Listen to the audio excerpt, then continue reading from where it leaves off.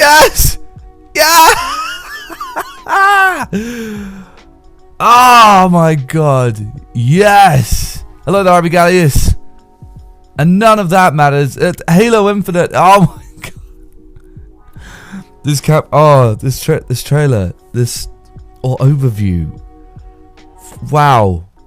I'm sure I'm stunned right now at this. Absolutely stunned. So I'm going to try to talk to you about the new Halo Infinite campaign overview without just splurging, but I do that too much with this game. But I can't help it. I'm so excited. And this was the cream at the top of the freaking trifle Halo Infinite campaign overview.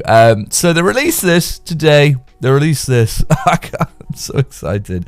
To everyone. And they did it the right way too. It feels as though 343 learned their mistakes from the multiplayer overview for, what was it, E3?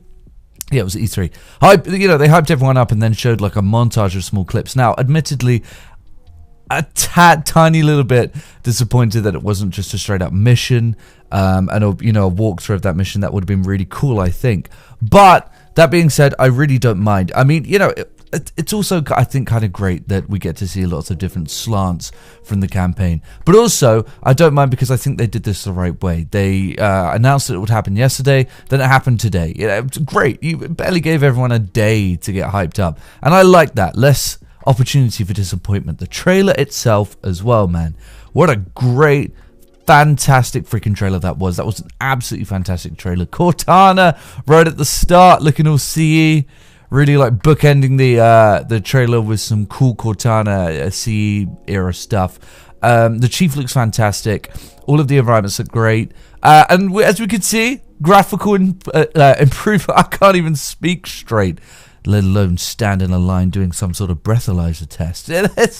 The graphical improvements in this are insane, and they show a lot of that. And I think that's the big key thing to take away from this is the improvements they've made from the 2020 gameplay experience from last year. I don't know how they did this. I had no idea what techno wizardry they pulled to pull off such an improvement from two are entirely different games, I think, at this point. The lighting is so much better in this, and they really show that off by bringing Craig back on the slope. This time, the guys have pulse rifle. The lighting is entirely different, not just because it's now set at a different time of day, but it just looks so much better. I'm still not sold on the hexagon edge things, still not sold on those. And I will say, there's a new antagonist as well. I really thought we'd already seen the antagonist, but there's this new Forerunner-esque person who's basically trying to whitewash what the Didact did, which is fine because the Didact was so cookie cutter. You could use it to turn a cookie into a star. Didact was boring. So we got this new one, although she seems just like the Didact from what I could tell so far. I guess the character model overall, I do prefer just a little bit, but you don't really get to see much of it. Apparently this character is called the Harbinger, very Mass Effect. You also have this new Elite. Again, I like the character model. I think it's better than the Elite we saw in 4 and 5, although I still don't think it's absolutely perfect. Though I will say I really like the dual sort of energy sword thing we got going on there. I think that's really cool. Kind of reminds me of when they rebooted Star Wars. Now, don't hate me for that because I like the Star Wars reboots, or sequels as they should be called. But where it's like, we're gonna do all this cool stuff, but we're gonna sort of spice things up a little bit. 2 swords on this guy. I'm not a huge fan of the fact that by the looks of it, when there's a boss, they have like a health bar above their head. You might be able to turn that off, and I kind of hope you will be able to. But other than that, man, oh my god, this looks so good. It feels so Halo. This whole damn thing just felt so unbelievably quintessentially Halo. You really feel as though you can explore the map. Every bit just dripping in beautiful light.